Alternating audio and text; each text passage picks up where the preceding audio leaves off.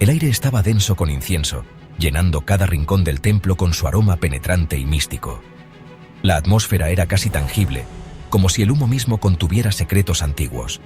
El templo de Malkuth era antiguo, tallado en piedra de obsidiana, sus paredes oscuras y frías como la noche. Cada piedra parecía contar una historia, susurrando leyendas de tiempos pasados. Símbolos extraños, idiomas olvidados, adornaban las paredes, cada uno más enigmático que el anterior. Era como si el templo guardara un conocimiento prohibido, esperando ser descubierto. Un frío emanaba del suelo de piedra, filtrándose a través de mis zapatos, subiendo por mis piernas. Era un frío que no solo se sentía en la piel, sino que parecía llegar hasta los huesos. Arriba, un único rayo de luz de luna iluminaba el centro de la habitación, creando un contraste casi mágico con la penumbra que nos rodeaba. Caía sobre una plataforma circular, grabada con más de esos símbolos extraños, cada uno contando una parte de un enigma mayor. Este era el Axis Mundi, el punto donde los mundos se cruzaban, un lugar de poder y misterio. Aquí es donde comenzó mi viaje, un viaje que cambiaría mi vida para siempre. Pasé mi mano sobre la fría piedra de la plataforma, sintiendo cada surco y cada grabado bajo mis dedos.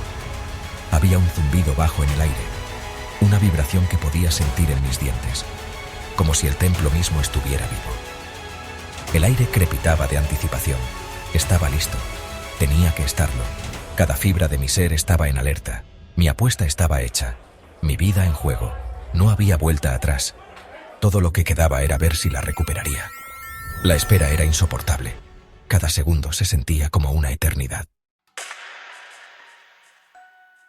Una figura se materializó dentro de la columna de luz de luna. Alta, imponente, con alas que se extendían hacia las sombras. Sandalfón, el ángel de Malkuth, guardián de la puerta entre mundos.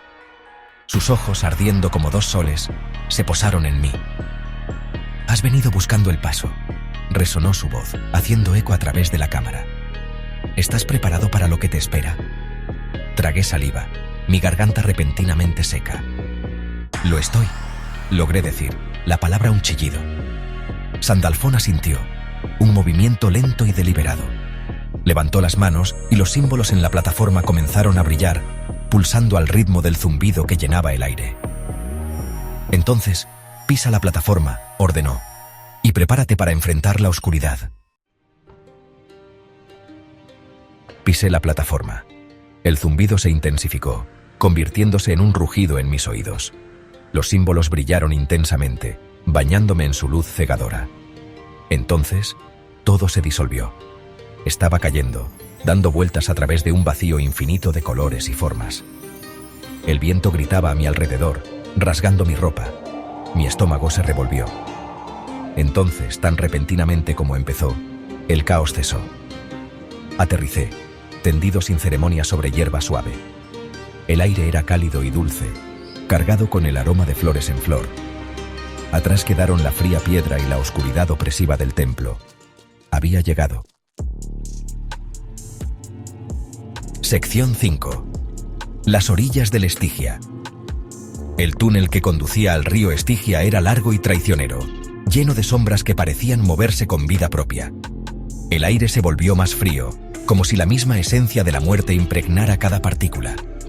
El silencio roto solo por el goteo del agua, resonando en las paredes de piedra. El hedor a muerte se aferraba al aire, denso y empalagoso, llenando mis pulmones con cada respiración. Finalmente, emergí a la orilla de un río negro y aceitoso, sus aguas reflejando un vacío insondable.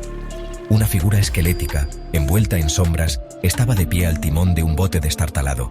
Su presencia era tan antigua como el tiempo mismo. Caronte, el barquero de los muertos, con su mirada vacía y penetrante. Su voz, un susurro áspero, me envió escalofríos por la espalda, como si cada palabra llevara consigo el peso de 1000 almas perdidas. Aceptó el peaje, las monedas de plata desapareciendo de mi lengua, como si fueran absorbidas por la oscuridad misma. El viaje en bote fue un asunto silencioso. El único sonido era el suave chapoteo del agua contra el casco. Navegamos a la deriva por el río. Cada remada nos llevaba más profundo en la oscuridad. El agua reflejando los rostros de los muertos, sus ojos tristes mirándome como si buscaran consuelo en mi presencia. Sección 6. El Palacio de Hades. El palacio del inframundo era imponente, tallado en mármol negro y hueso. Olía a decadencia y desesperación. Las antorchas parpadeaban, proyectando sombras grotescas en las paredes. Me llevaron a un gran salón, el techo perdido en las sombras. En el extremo más alejado, 2 tronos se alzaban sobre un estrado. Uno, hecho de obsidiana, estaba vacío. En el otro, hecho de hueso y joyas, estaba sentada una figura envuelta en la oscuridad. Me acerqué, mi corazón latiendo con fuerza en mi pecho. La figura se movió. ¿Te atreves a entrar sin permiso en mi reino mortal? La voz, profunda y resonante, resonó por todo el salón. Este era Hades, rey del inframundo, y no parecía complacido. Sección 7. En presencia de la muerte. En este capítulo, nos adentramos en los oscuros dominios del inframundo, donde las almas perdidas vagan eternamente.